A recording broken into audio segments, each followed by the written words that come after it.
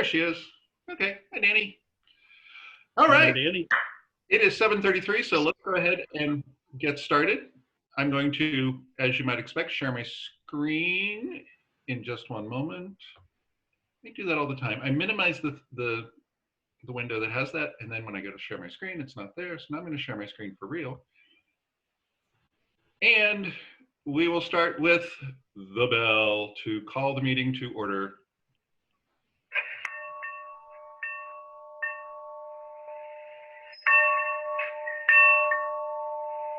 There we go. Okay. And next is the Pledge of Allegiance. Jonathan, if I could ask you to lead us in the, that's the bell. If I could ask you to lead us in the pledge. All right, if everyone will stand, put their hand over their heart. I pledge allegiance to the flag of the United States of America and to the republic for which it stands, one nation, under God, indivisible, with liberty and justice for all. Thanks. And I gotta pause this because this is the one that always goes to other music. There we go. Okay, let's do the four-way test. So Ray Paler, our visitor, if you could lead us in the four-way test. Sure. Of the things we think, say, or do, is it the truth? Is it fair to all concerned? Will it build goodwill and better friendships? Will it be beneficial to all concerned? And the next time I'll do it in pig Latin for you. Five. Yeah. Have fun. Is it have fun? Have fun. There we go. All right. Next time we'll do it in pig Latin, okay? Okay. Yeah, let's do pig Latin the next time you're here. You know, this is going to tell you something about my childhood. I still don't get rock, paper, scissors. I still don't. Paper covers rock. I'm sorry. Have you ever put a rock on top of a piece of paper? It just, no, it doesn't work. But pig Latin also never made sense to me. I probably would be better in actual Latin than trying to do it in pig Latin. So, just a weird upbringing I've had in my life, I guess. So I feel like there was we need to welcome our guests.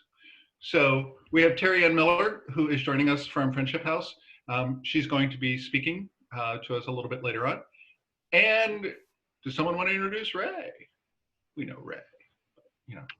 I'll introduce Ray. Ray's our past assistant district governor and a longtime Rotarian and very active in our community and in Rotary, and is now a member of the West Kauai Rotary Club. And we're always happy for him to join us. And thank you. I also just saw Waylon joined us. Waylon, welcome back. We're going to be sending out Waylon's bio to the club. He has been approved for membership by the board. And then the 2 weeks go by and then you're a member. So let's welcome everyone with a great big Rotary Club. Hey. Oh! Wait a second. Hey. My beautiful wife of 33 years, Mary. And I'm a board member on the Friendship Club that you're going to hear about today. There you go. Thank you. And sorry, I think of Mary as family. Sure. Oh. Yeah. So can I do it now? Can I? Yes. Okay. Let's welcome them all to the great big Rotary Club of Poipu Beach. Aloha. Aloha. Okay. Thank you all. A couple of announcements, and then I'll open the floor for announcements and things like that. We're having a board meeting this evening, and one of the items on the board's agenda is looking at both fundraisers and projects for the year that is already underway into 2021. And if anyone does have ideas or thoughts about any of this, please do feel very free to reach out to me or any of the other board members.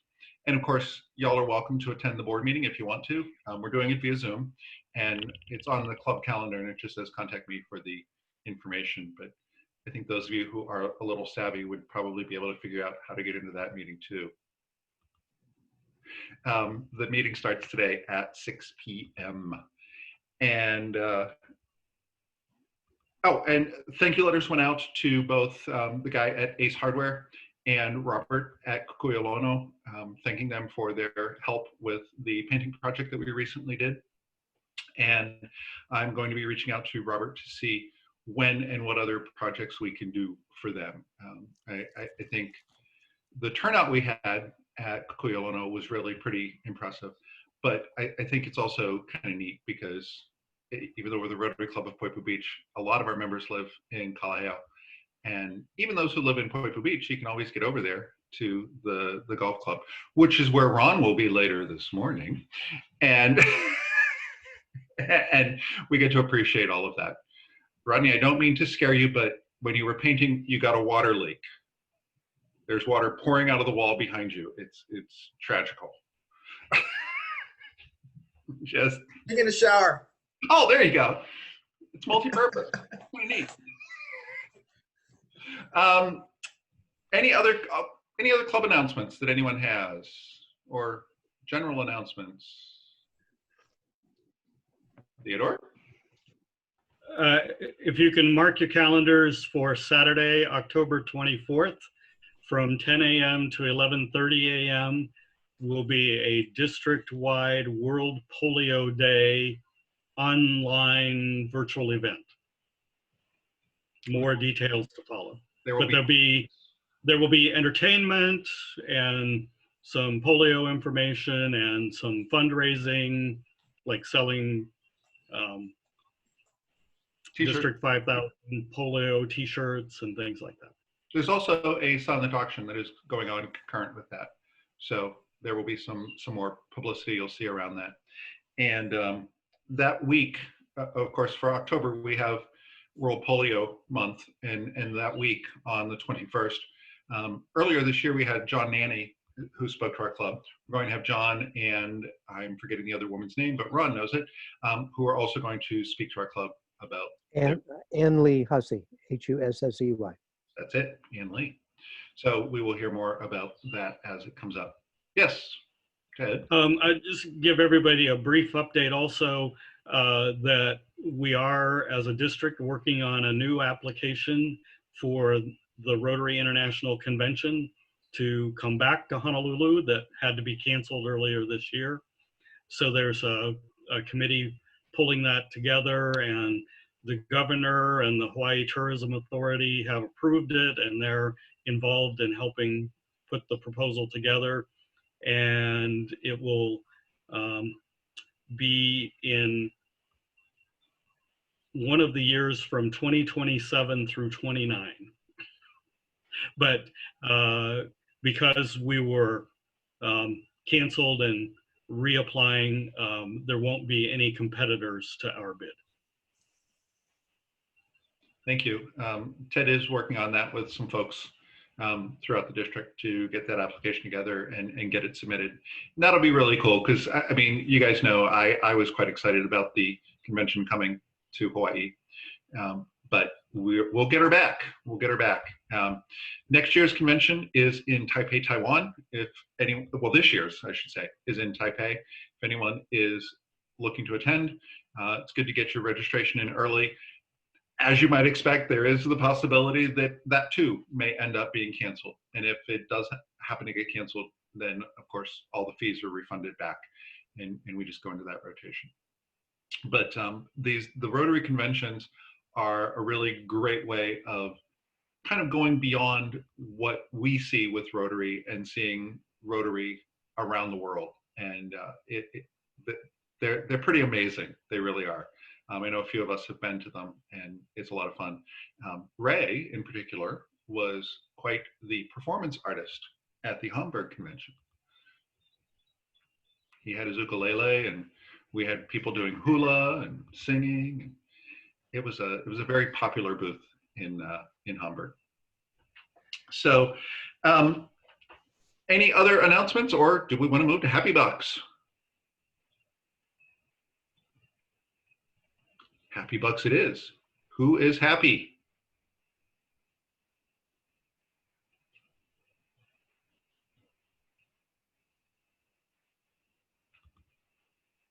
I'm going to start calling on you. Ron's happy. What's Ron happy about? You're smiling. You don't have to pay. It's a beautiful day in the neighborhood. It has been really quite nice the last several days. And I don't know how many of you, I'll be happy about this. I'll be $4 happy because I go out on the front lanai a lot at night when I brush my teeth and I look at the stars.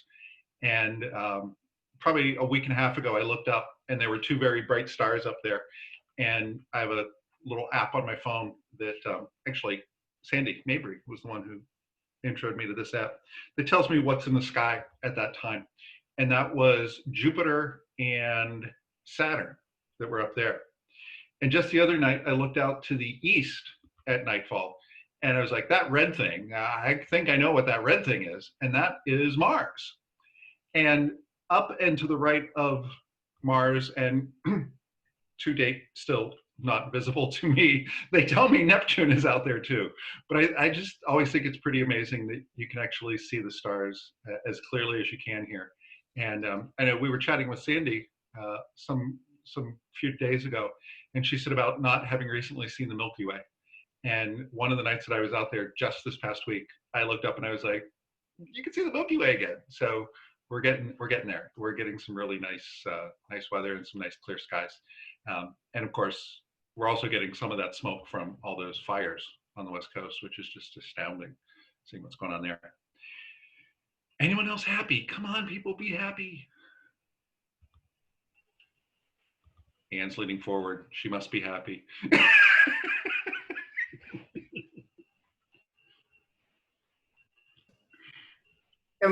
There you go. Good morning. Good morning, everybody. I didn't grab my glasses, so it's so hard for me to see the little dot that says mute and unmute. So I apologize for that. I'm just happy. There are so many good things going on.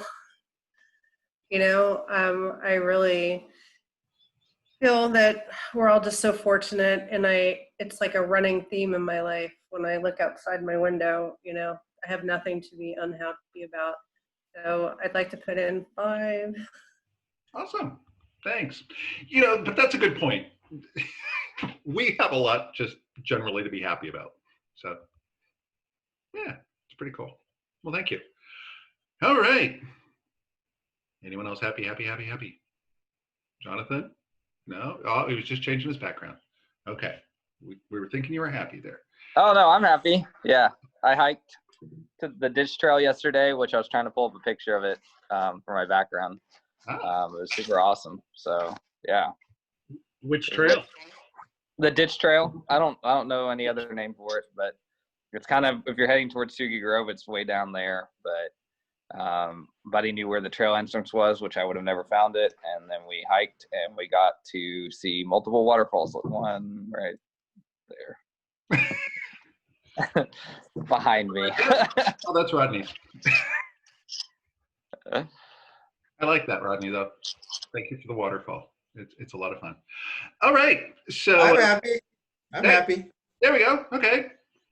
So I guess it was last week or the other week we went to Honolulu and stayed over at a condo there at the cliffs. Well, this week we're finally going to use up my part of my fee that I bargained with my client. We're staying over at the Kuhio Shores for the weekend, hanging out over there with my, unfortunately, as everybody knows, I think Jen got hurt falling into a hole and has been mending, and hopefully we can have a good time there as she mends. Cool. Well, That's have a great time there. Yeah. Like I said to her, I mean, if there's a lanai, you sit on the lanai, look at the water. It's not such a bad thing either. So, yeah, very cool. Okay, I'm going to call it in to Happy Bucks. There's Jan.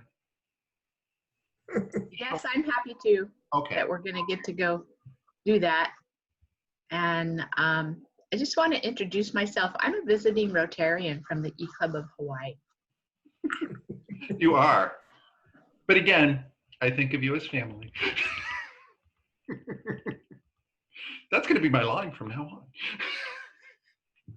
All right, Tom, if I could ask you to introduce our speaker today, and I'm going to mute everyone except, I'm going to mute everyone, and then you can unmute when you're ready to talk. Ready? All right. So, okay. So I'm going to let Mary introduce our speaker today. I don't get to just, I'm actually participating today, I guess.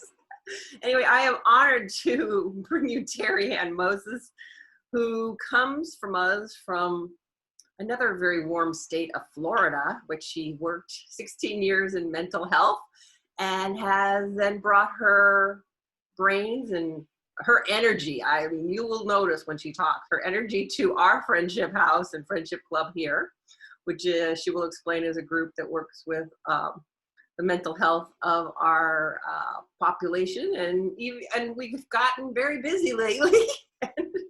And she'll tell you all about it. And let me just hand it over. As I've mentioned, I'm also on the board. I'm an honor to be on that.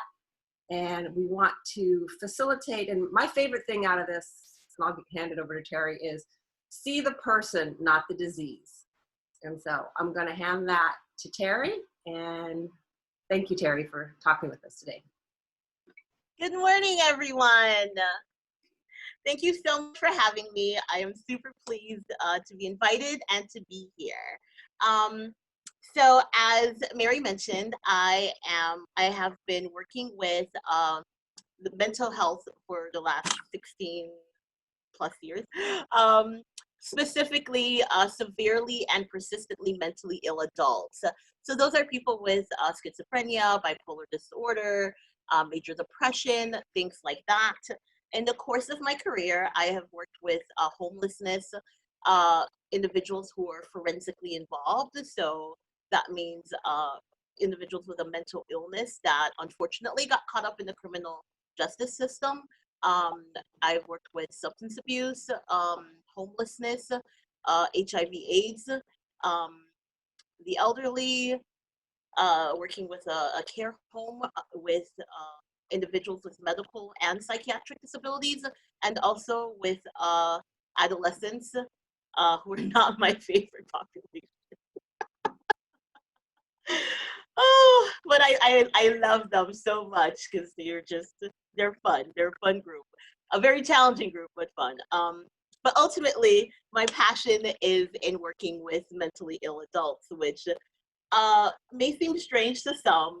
A lot of times, in the news particularly, there's a lot of focus on the deficits, right? The weaknesses and the issues that people have. But at the clubhouse, I have the very fun job of focusing specifically on the strengths of the people that I am honored to serve. With the COVID pandemic that's happening globally right now, I think I'll start there. I'm sure a lot of people have been placed in unfamiliar situations, right? There's a lot more isolation, right? If you're a social person and used to seeing people all the time and hanging out and going to brunch or dinners and all of these other things, probably the first couple of weeks in lockdown or the stay-at-home orders were probably challenging, right? Your life is just completely changed. You're not able to see your family. You're not able to interact with your friends, your children, your grandchildren. Now, let's multiply that, right? Multiply that times a year, 5 years, 10 years, 40 years, 60 years, right? When you think about your entire lifespan spent exactly how you've been spending it in the last few months, think about how challenging that would be. Think about how difficult interactions could possibly be when you've just been so isolated, when you don't feel like you belong. And I think that gives you a snapshot of the mind of someone who's suffers from mental illness, particularly depression, right? Even in a place as beautiful as Kauai, right? depression happens, suicide happens. You know, we've had a lot of suicides happening in the past, you know, few months. And if anyone is familiar with suicide prevention, we have a high rate of suicide on the island, right? And people think about that like, oh, we're paradise. Why does that happen? Well, because, you know, mental illness doesn't care that we live in paradise, right? It really doesn't care who you are. It doesn't care. It has no agenda. It affects everyone across the socioeconomic spectrum um, in equally horrific ways. Which brings us to the clubhouse. What is a clubhouse? Well, a clubhouse is a place where people come to feel like they belong somewhere, to reduce the sense of isolation that they encounter in their daily life. If we see someone on the streets kind of talking to themselves, most people would steer astray, will create a path away from that person, right? In the clubhouse, that doesn't matter. Who you are is important. Who you are is valued. Who you are is necessary. Who you are is wanted. Who you are is needed. And so the clubhouse model stems from that. The members and staff of the clubhouse work side by side in every single aspect of the clubhouse. And it's important. The focus is on the strengths. And so whether it is our food service unit, which involves preparing meals, serving meals, being the cashier, creating the menu, going grocery shopping, every single aspect of that the members are involved in. And they work with staff, not deferring to staff. In many cases, it's the complete opposite, especially with our resident baker. We get told what to do and we just follow directions. And we have the ability to give people things that they may not have at home. Some of our members live in care homes where they may not have the ability to prepare a meal for themselves. In the clubhouse, everyone that walks through the door gets an equal chance, whether it's chopping up vegetables or peeling potatoes. Everyone can do something and everyone has something to offer. The basic rights that our members have is a guaranteed right to a place to come, a guaranteed right to a meaningful relationship, a guaranteed right to meaningful work, a guaranteed right to a place of return. Now, tying this back to the COVID, we know how important this is for regular everyday folks. When I don't know if anyone had to telework, oh man, while being in a place of gratefulness, I think Anne mentioned just being appreciative of where we are and what we have, and being grateful that in a time where so many people aren't working, just the mind-numbingness of, oh, I am cut off from everyone, focused on a computer every single day for the last 3 months. I'm grateful to have a job. I'm grateful to have a job, right? But it wears on you. And so, you know, the clubhouse being closed was really hard for a lot of our members. So, you know, the staff really worked hard with outreach and connecting with our members regularly. You know, we were making daily phone calls. And, you know, after 2 months, we were so happy when a few members were like, you know, you really call a lot. But we were so appreciative because we were able to keep a lot of folks. We have average membership of about 58 right now. We lost one person early on, unrelated issues, but we were able to keep 54 of our members that we were able to contact frequently stayed out of the hospital. And we were just so excited by that because it really showed us that, you know, Clubhouse works. even when we're not in the venue that we're supposed to. And so that's just a little bit of where we are right now. In terms of the clubhouse itself, our program philosophy. So we're a voluntary program, and our participants are called members, not patients or clients. And we use the term member because they're participants in their care, right? They're not being told to do. They are involved actively in thinking about the goals that they want to work on, thinking about the direction they want to move into the clubhouse. And the strengths, our needs, and are emphasized. As Mary said earlier, one of our members, Laura, her tagline is "See the person, not the illness," right? And we're so used to using terms like, "Oh, that person is schizophrenic," or "that person is bipolar." But I mean, imagine, we've all been touched by cancer in our lives, right? Everyone knows at least one person that's had cancer. Have you ever in your life heard someone referred to as cancer? Like we just wouldn't say that. We wouldn't say, "Oh yeah, oh that's a breast cancer," or that's a colon cancer. We wouldn't say that. It's a person with a disease. And so our members are people with psychiatric illnesses. They're not just the sum of their illnesses.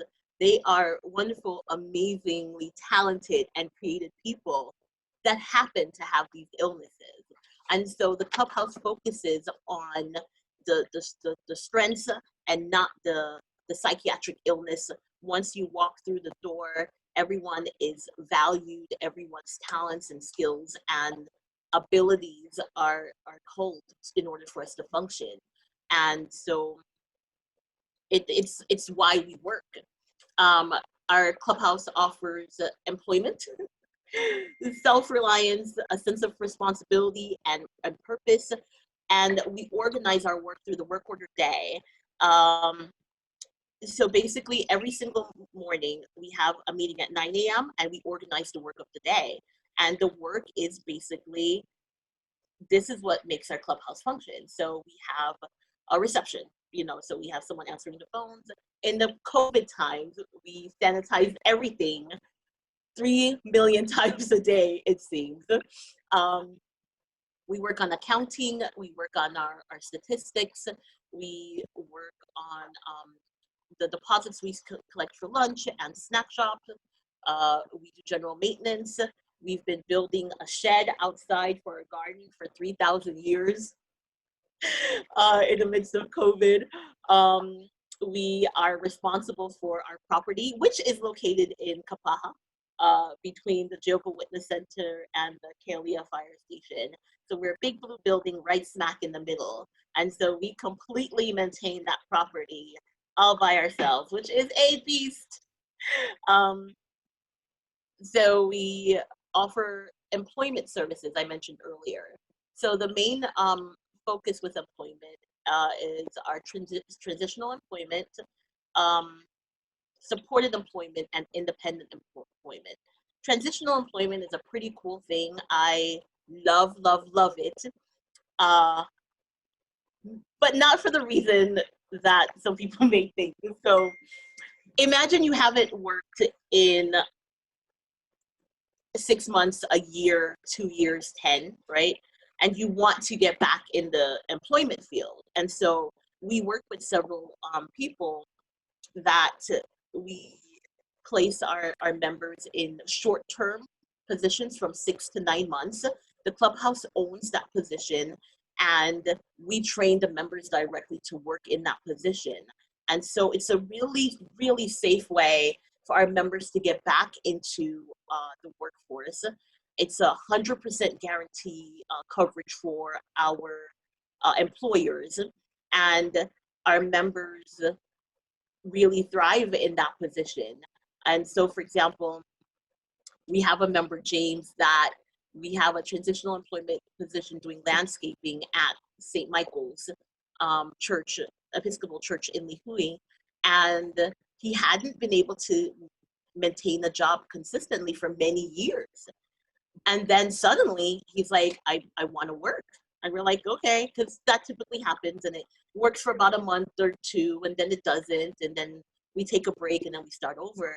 Well, he worked and something just clicked at that moment. And he did that for about 6 months. And then he says, you know, we have a couple of guys working with Mary at Safeway, and he wanted to work at Safeway. And so we're like, okay, cool, that's the next step. And he moved into Safeway, and he, as of July, has been working a full year at Safeway. And, you know, he was so pleased. Back in June, he called us and told us, oh, I was called in the office and they told me I'm doing a really good job. And he was just so happy. And he was able to buy a truck, and now Big Red is part of the family. He loves that truck more than anything in the world. But he started out again with the transitional employment program, and it gives him the confidence to know that, hey, there's a backup plan. If you're not feeling well, no one is going to yell at you. No one is going to tell you, get out of here. You're not good enough. You know, we're there to provide support, and just having that support allowed him to take the steps necessary to move forward. We also have positions with the Marriott. So why I love transitional employment, I think a lot of times when it comes to employment, people have the idea that certain things are very easy, right? It's just like, oh, everyone should work and this is easy and blah, blah, blah. Transitional employment keeps us, the staff, particularly humble, because something can seem very simple, and then you do it and you're like, oh no. So we had a laundry attendant position at the Marriott, and on paper, it's very simple. You get a cartload of all the towels known to man. It's washed, it's laundered, and we just separate and fold. So you're separating rugs and washcloths, and you're folding towels and bath mats.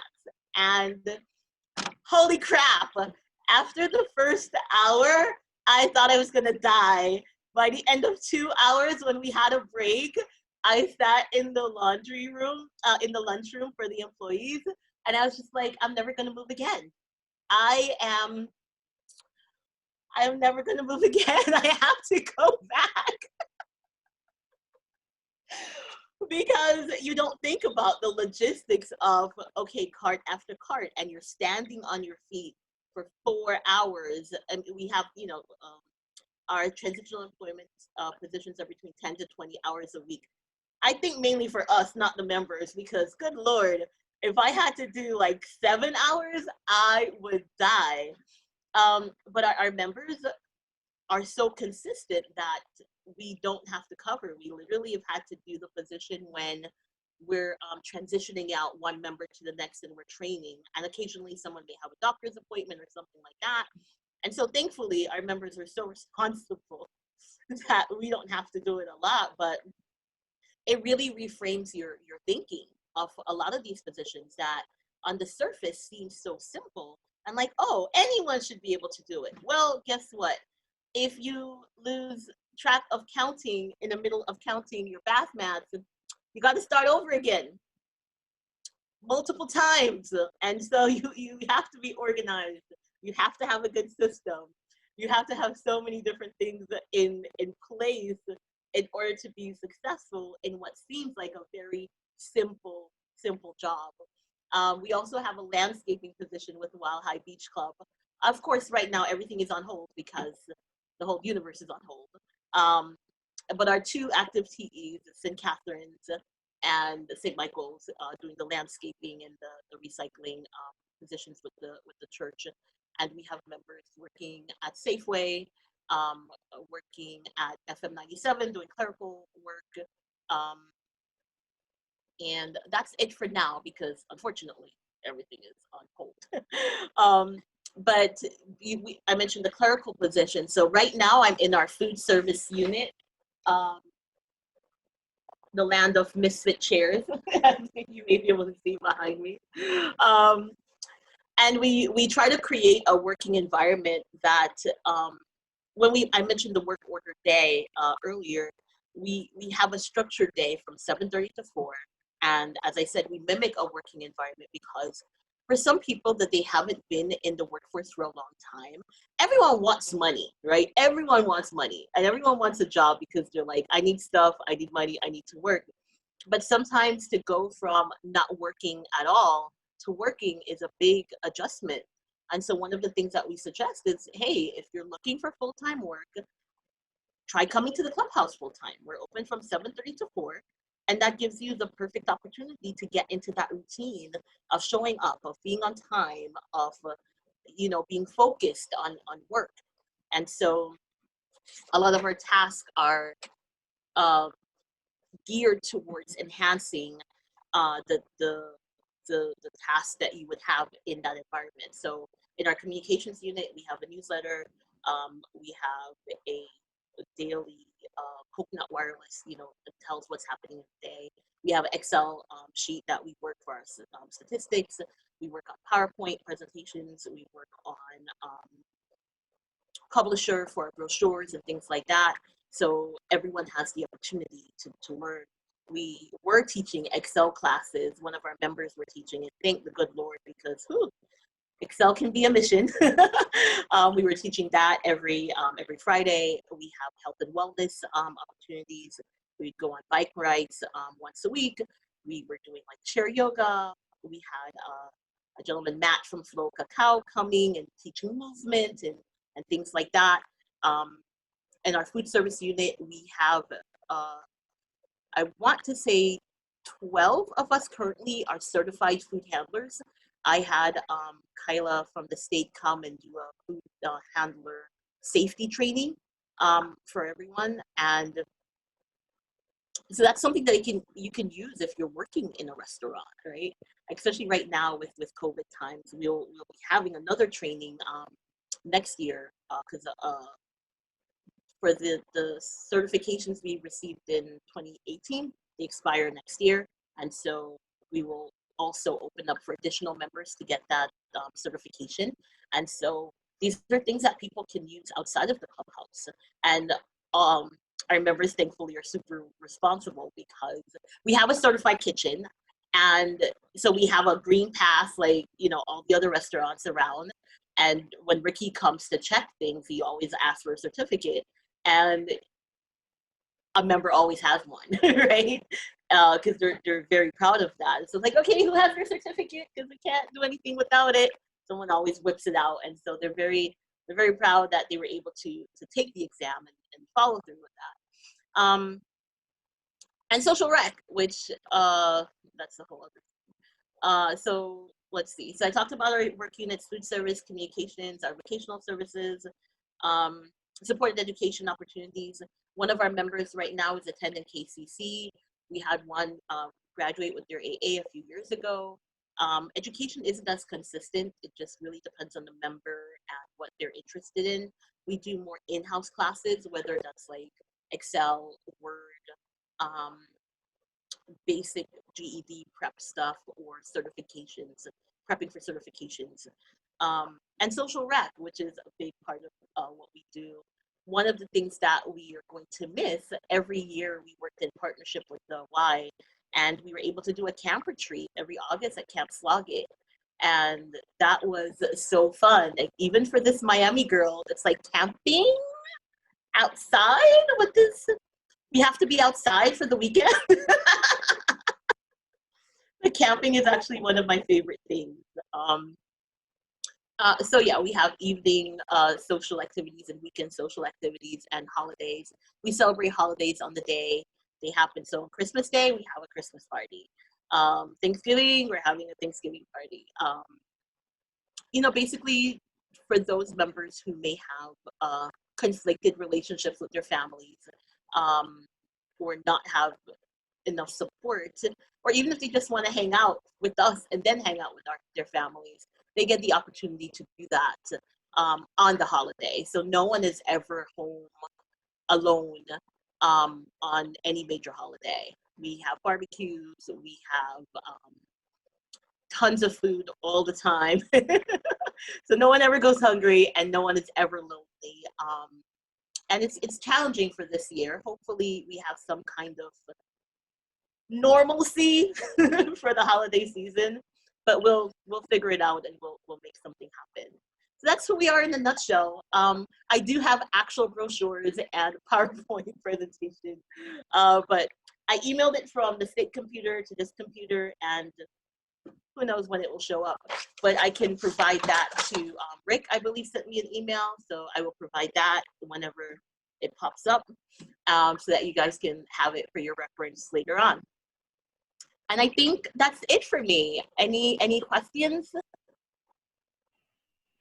Feel free to unmute yourself and ask a question. I'm just going to say, I think this is really kind of awesome. And I was looking at the website, and the see the person, not the illness, I think is really key. Back when I was in high school and early college, I worked in a local hospital. And I remember hearing the nurses refer to people as, the gallbladder in room 3. It's like, ooh, it just freaked me out, because it's like, they're people.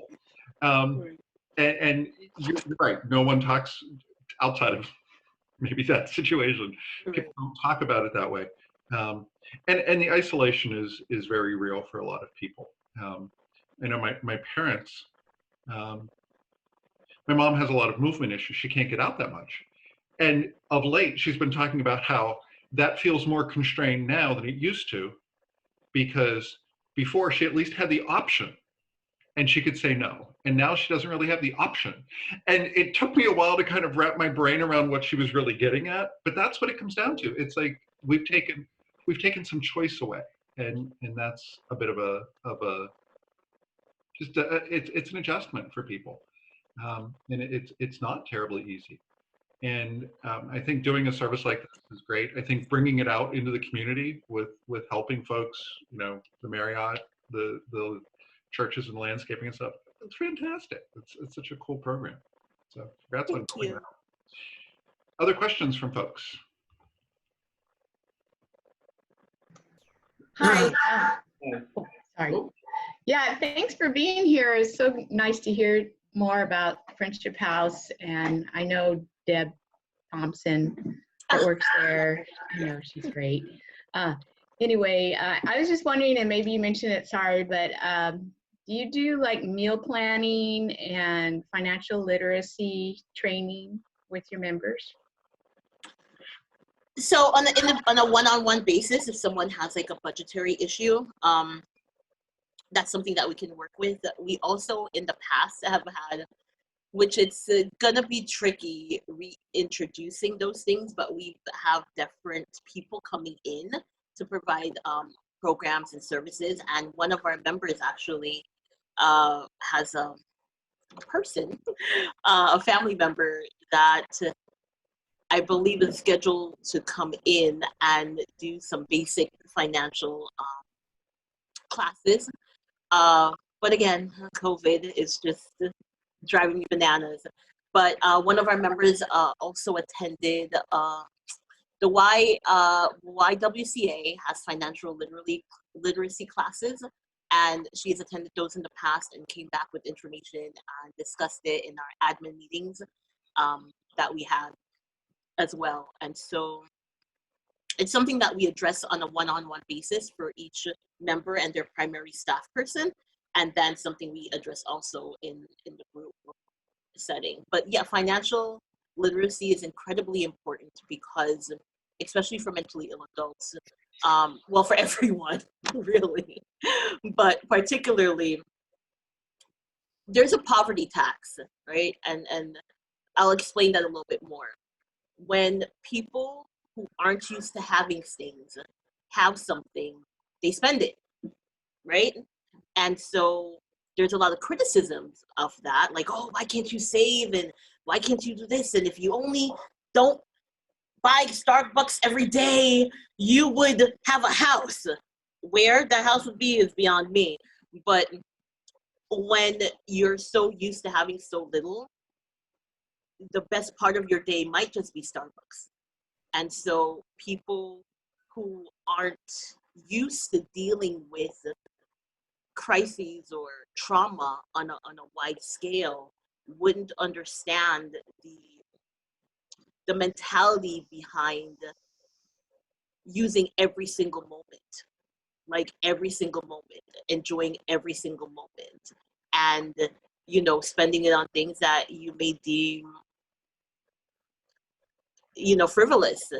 um for probably about May, I I even someone who works in the field takes these things for granted, right? And so, back in May, when I still had hope that we were going to be open earlier and everything, the spirits were kind of down. So the individuals who were in care homes, I decided that I was just going to treat everyone.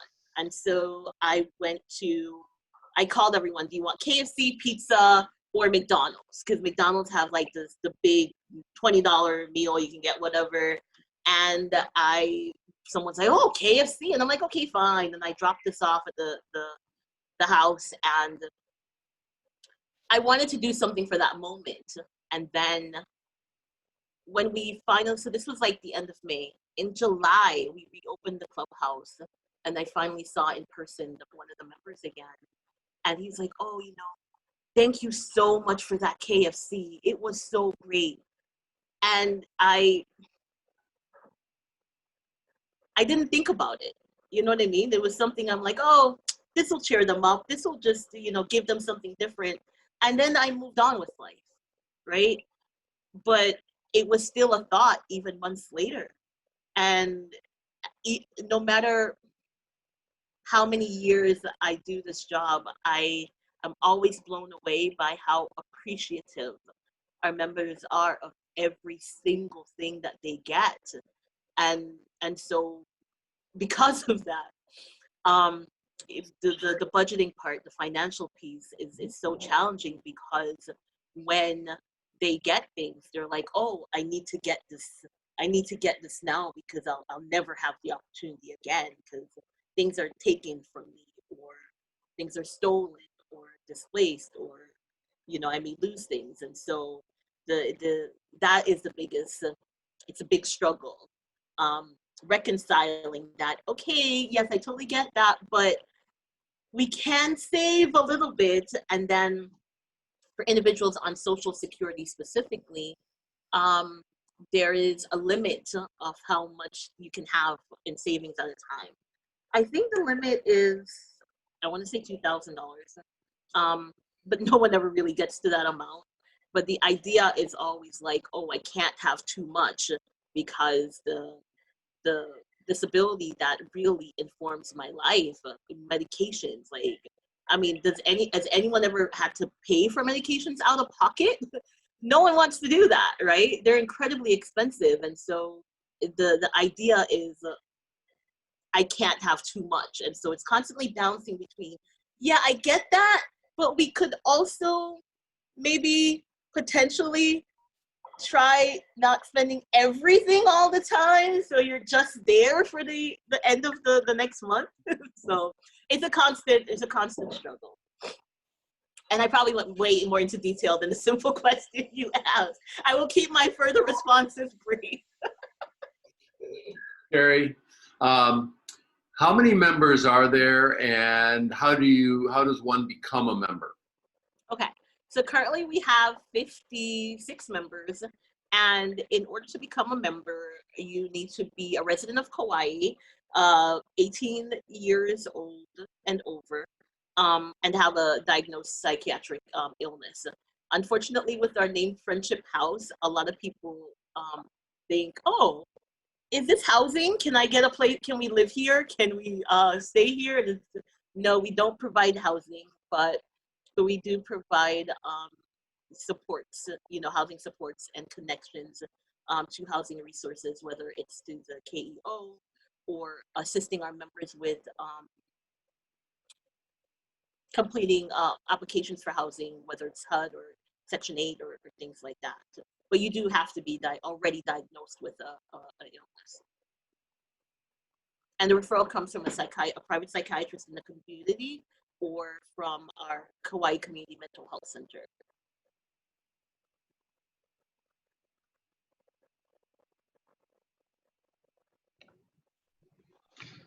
How often are you guys feeding people there? And do you guys have like a set meal plan? hmm We have lunch every day. We tried breakfast, but the breakfast is mainly snack shop. So we have like yogurt and granola. We've moved to finally, after 4.5 years of being here, into more healthier options. So it's not just like chips and chocolate and Coke. Um, but we provide lunch every day, and we have a wide variety of meals. So for example, let's see, we had teriyaki ginger chicken yes on Monday. Today we're having tacos. We're having popcorn chicken on Friday. We made shrimp tacos, chili, orange chicken any way you can imagine cooking it because it's the most affordable thing. So soyu chicken adobo, orange chicken, barbecue chicken, baked chicken, ginger chicken, like everywhere. Um, Fish sometimes if there's a good sale, we'll have fish. We have whenever we have our social rack, we'll have maybe ribs sometime if Okay. people request it. Um, real grilled burgers and hot dogs and things like that. So we have a variety Do you guys of take meals. donations? Like food donations specifically Yeah. or monetary. Okay, food donations.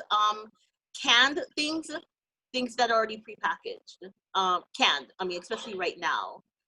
In the past, for example, we had like March of Dimes or places like that they're like, oh, we have an event, we may have this like leftovers, can we bring it in? And if it's something that we're able to get the same day, then fine. But right now with COVID, everything has to be things already sealed and packed, no pre-cooked things. Okay. And fruits, we will accept fruits. Ah, Yes. very cool. Any final questions or, excuse me. Okay. Well, Terry, thank you so much. This was both informative and fun, which I very much appreciate as well. Yay! Mary was not kidding when she said you're high energy, and it's always good, and it gets us a nice start in the day.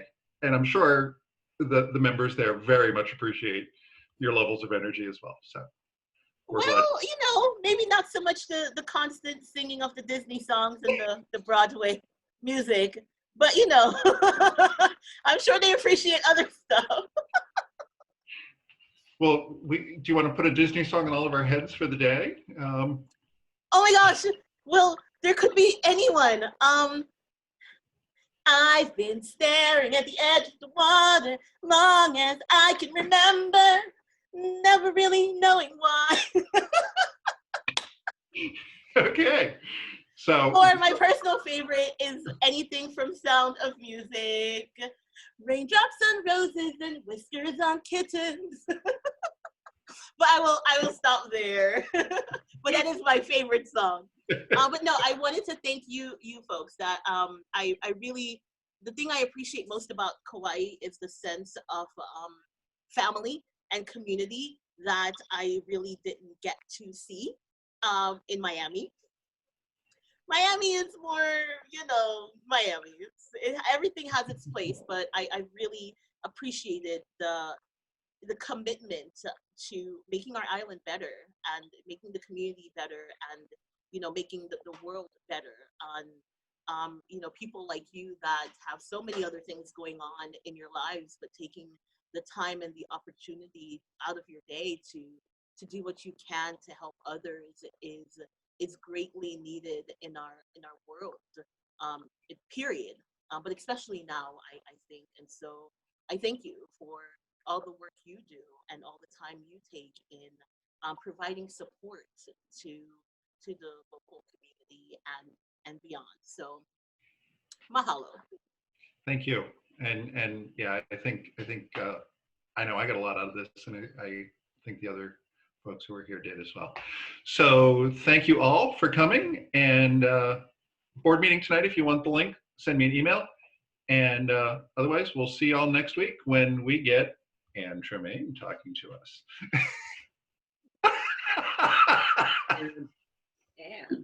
Bye, everyone. Bye all. Bye. Aloha. Aloha.